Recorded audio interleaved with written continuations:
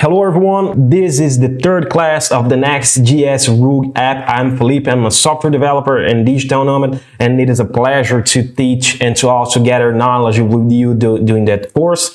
And just remember that this course is sponsored by Xteam, which is an amazing company that offer amazing remote jobs all around the world, which with a very marvelous atmosphere that you cannot find anywhere in the world. Like it is a company that you have internal missions and you can earn collectibles, and you can earn. If you want to know more about this company, you can get the link here down below in the description of the video. And let's go to the class. Today we're going to do the class 3, which is creating the first page that effectively you're going to tell and to talk a little bit about NextJS and all the things that you are going to use in that course. The last 2 classes was just for installing the things, getting the repo ready, getting the code ready, but effectively this is the class that we are going to start doing our example. So first of all, let's remember that we are using NextJS, which is a framework that turns the single page application result into like static pages. So basically, you have React framework, which is a single page application framework, and Next try to transform this in a static web page framework. Don't try; he can transform this in static web pages. And basically, what is the difference in the static web pages? Only the content that is needed by the browser is sent to the browser, and it's rendered on the server side, which means that NextJS renders all your pages in the server side, in your computer or the server that it is running before sending to the browser. In React, it's different. React sends all the files, all the build files to the browser, and the browser handles everything. So let's go. The first thing that you need to know is that NextJS automatically fetches all the files that you create inside a directory called pages. This directory needs to be in the root path of your project, like we can see here in the pages. And basically, if we create a page here called index.tsx, which is the only exception, we are going to access our application through this URL here, just localhost 3000. But if we create a new file, name it, for example, bulk.tsx, if we put some component or something inside this file, we can access this page through here. So that's really awesome, because if I create a new one, name it test, I just need to go back here and put test, that I will be able to access directly this page. So this functionality is very amazing because NextJS fetches automatically for you all the pages. So just remember and summarize. Remember that all the names of the files here will be the extension that you have on your website or web application. So let's first delete this one. Let's just delete this file, and let's go to index, which will be our first page. We have already done this in the last class, but we are going to do this again, explaining better. And just remember that we are going to define a component which will represent our page as an arrow function now. But in JavaScript, there are 2 ways of creating functions. Actually, there are more, but we are going to use 2 ways. The arrow function way. So I will put here arrow function way, which is this one. I will create const my arrow,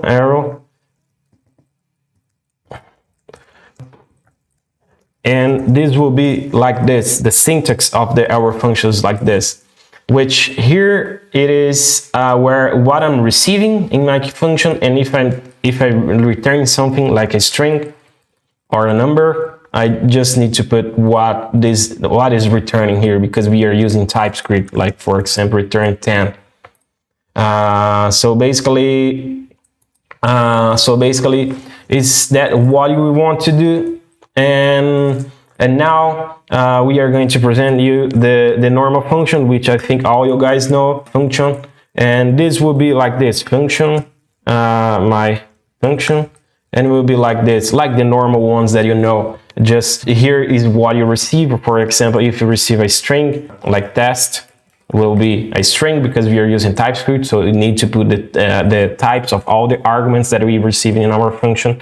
And let's imagine that we return a number too. So you just need to put here this here and return, like return return 10 again.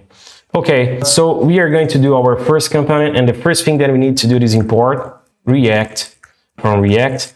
This is not required, but as we are using ESLint that has a rule that that says to you to import this package, we are going to use it. We can disable this rule there. So let's create our first component, which is called index. This component will be of the type functional component, and we won't receive nothing, any kind of props, and it's going to deliver to us a JSX element. And remember that we are using the arrow function notation. So this normal component, it will return for us HTML, a JSX element. So let's just put div here and div again, and we are going to put a title here that will be, for example, home, like we did in the last class. And here we are going to put a h1 tag, and we are going to put hello NextJS, hello NextJS, and we are going to put also emoji here just to make it fancy. Okay, we can see here that we have some errors from prettier, but there is no worry about this. Like we can correct this. And just the only thing that we need to do is export default index that we have exported our component. So if you run, remember that for running the application, you need to run npm run dev, and it might take a while in the first time, depending on your computer. So if we go to our browser and access this page, we are going to access our application. Boom, so we have our first page of our application, and now we are going to create a component. Effectively, we are going to create a component which will surround this component, will be the main component of our page, will represent all the UI of our page, and it will be called a layout. So first of all, just create a folder, in the root path of your project that is called components. I will create here to the terminal the components. So if you go, we can see that appearing here in the left side, and I will create a new file. I will create a new file, name it layout. I will create a new file, name it layout.tsx. Great. And here we are going to create our component. I will first import React. Again, we are going to import React and we are going to use React Node 2. From React. And we are going to import head from NextHead. The head will be kind of the header of our applications, but NextJS has its own component, so let's use this header component, which will be the header of your page. Here I'm going to put the props, because in Typescript we need to define the props as types. So we are going to create a new type here that will be the props, and basically I will have my children that will be a React node. That will be a React node. I don't need this one. Sorry, this code completion. I just need this one. My children, because why React node? Because this component will surround all the other components. So we need to, this component here will basically be one of the childrens of this component. And here will be the title. That will be a string. Okay. And then we are going to put here, we are going to create this as a function component. But instead of use arrow function, and will be layout, and we are going to receive a children and of type props. Okay, and then this is going to return for us JSX element. And now we are good to go with the function body. So we just need to return a JSX element. Go here, it will be, I will put just an input HTML tag here. That will be like this, put like this. And now let's use the head component that we have imported. Let's create a title.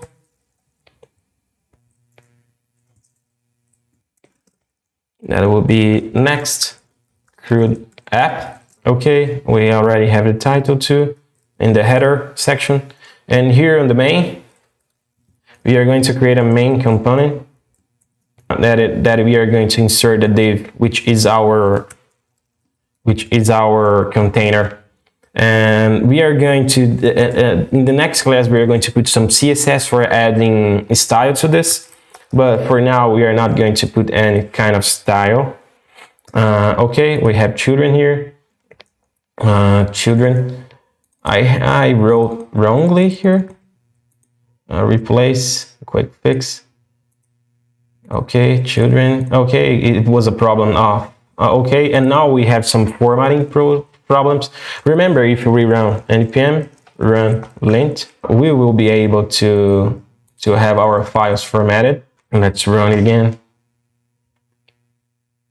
Okay, now it is formatted, and now we just need to export default layout that we are going to export our component. Here is ready, and then we just need to wrap this component here with the layout component. So let's go back here, and this will be layout. Again, I will copy and paste this content inside, which will be the children, just to remember. And here I'm going to paste. Oh, it pasted very unformatted, but let's format here now. And now I have my layout, and I need to, and also I'm not going to use that title here that we defined, so we don't need this one. We just need to delete this one, go to the layout and delete title, and now we have everything. Everything is is good to go, and just run npm run dev. That we will be able, we won't have so many changes because we haven't applied CSS or something like this yet, but we are going to have all that. Like we cannot see some changes, but when we apply the CSS to this component here, we are going to take a look in more changes at all. So thanks a lot, everyone. This was the first class, the third class of creating the component, the first NextJS component. And see you in the next class. Remember that the next class will be the class 4, which will be the creating _ app.tsx, which is one of the most important components of the course. So thank you guys, and have a good day, have a good evening, have a good weekend, and see you in the next class.